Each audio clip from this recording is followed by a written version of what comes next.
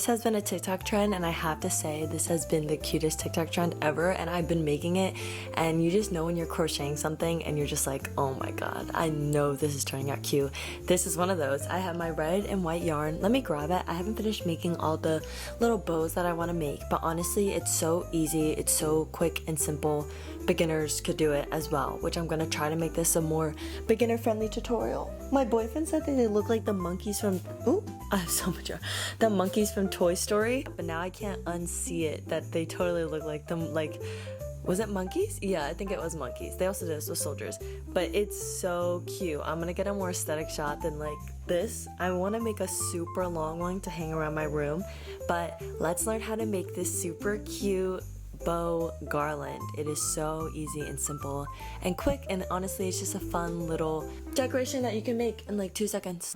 For the tutorial, I'm going to be using a 5.5mm hook and just some regular weight 4 yarn. For this specific ball of yarn, it's gonna have 2 parts where you have the one that pulls from the center and then you have the one that wraps around. I'm saying 2 parts, I mean 2 ends. You want to take both of those ends and we're gonna be crocheting them together as if they're one string. So we're gonna like pretend that this is just one string. That gets us a thick string. So what I like to do, it just makes your life easier if you pull out the one that doesn't come from the center as much as you can so that it doesn't get knotted later. So now we're gonna take our 2 ends together and it's just gonna make the yarn thicker. And we're going to start by making a slip knot. So I like to wrap it around my finger twice, and it's just basically like you're pulling a loop through a loop to get a loop. Here, I'll do one easier way. Basically you just make the loop, go underneath through the loop and pull it through. That's another way to make a slip knot, but it just leaves so much yarn at the end. So once you have your slip knot, we're going to be chaining 50. So you just put your hook in and then wrap the yarn around your hook and then pull it through the loop on your hook. So this is 1, so we're going to chain 50. 2, 3, 4, 5.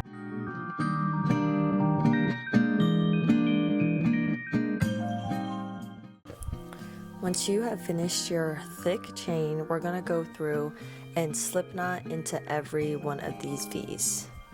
So I skipped the first one because I just don't even understand how people don't. And then you go into the second one and you're just gonna pull it through and then pull it through. And that's a slip knot. You just go into each stitch and just pull it through. Both of the loops from this chain and the loops on your hook. And you just pull it through all the way to the end until you just have a thicker version of the rope.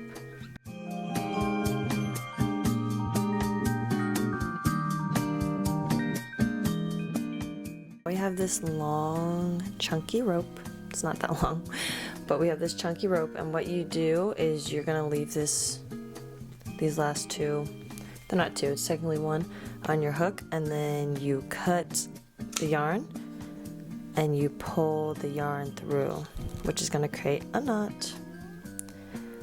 What I like to do is double knot the yarn that we started with and the yarn that we finished with, so that we have like a clean end.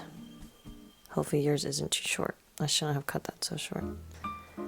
That's 1 knot. And then 2. Because 1 looks nicer, but honestly I'm scared that if I cut it, it'll untie and then I'll be left with like it looking crazy. And then I grab my scissors and cut these ends as short as I possibly can. Nothing's going to be pulling on these, so there's honestly no reason for them to undo. Yeah, I just don't want these little things sticking out. But try not to cut the knot or else, you know, it'll be unknotted. So now we have our rope. Let me get rid of this little red dot. Now we have our rope. And in order to make the bow, you have to, it's like a pretzel, so we'll start off with it flat like this, and then I put this one down, and then put this down like a diagonal. So this one, let's try and make this a little smaller. You kind of have to like figure it out, trial and error, but you know, you put this down and then I just diagonal across it. Nice little pretzel bow thing. So this is the bow, so cute. And then you take your yarn, just one end, it's stuck in my hand.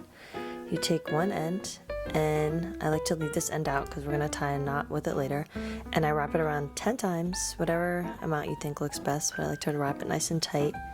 2, 3, 4, 5, 6, 7, 8, 9, 10. And then I know that this is the front of my bow, so I kind of want to tie the knot in the back of the bow. So I like flip it on its back and cut it.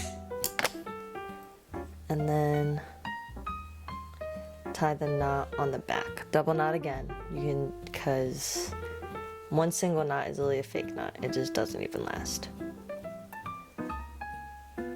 So yeah, do 2, and then cut the yarn as short as you can. But honestly, it's gonna be in the back, so you won't even really see it. Oh, what is this doing? Yeah, you might have to fix it a little. So now we have one singular bow, but that's not what we signed up for, right? We signed up for a whole garland. So you're gonna repeat that same thing with the other color. My other color is white, whatever you feel is best. I can't get the ends. So I'm gonna come back to you guys once I did that chain 50. You're gonna repeat the chain 50 and then the slip stitch in each chain, and then come back to me when you have done that. Okay, my rope is made. I hope yours is too. So now to connect them, we just put this through the back, do our loop like we did before. So I just kind of twist this one so that it makes another loop, and then pinch them together. And you can adjust it even once you tie it. It's not stuck there for life. But then we're gonna tie this one, and then we'll have cute 2 little bows.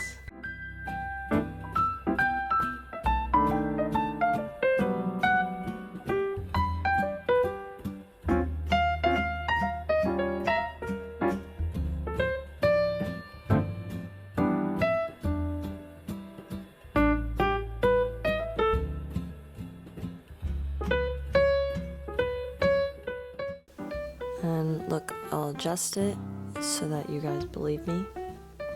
Just pull it how you want it to go.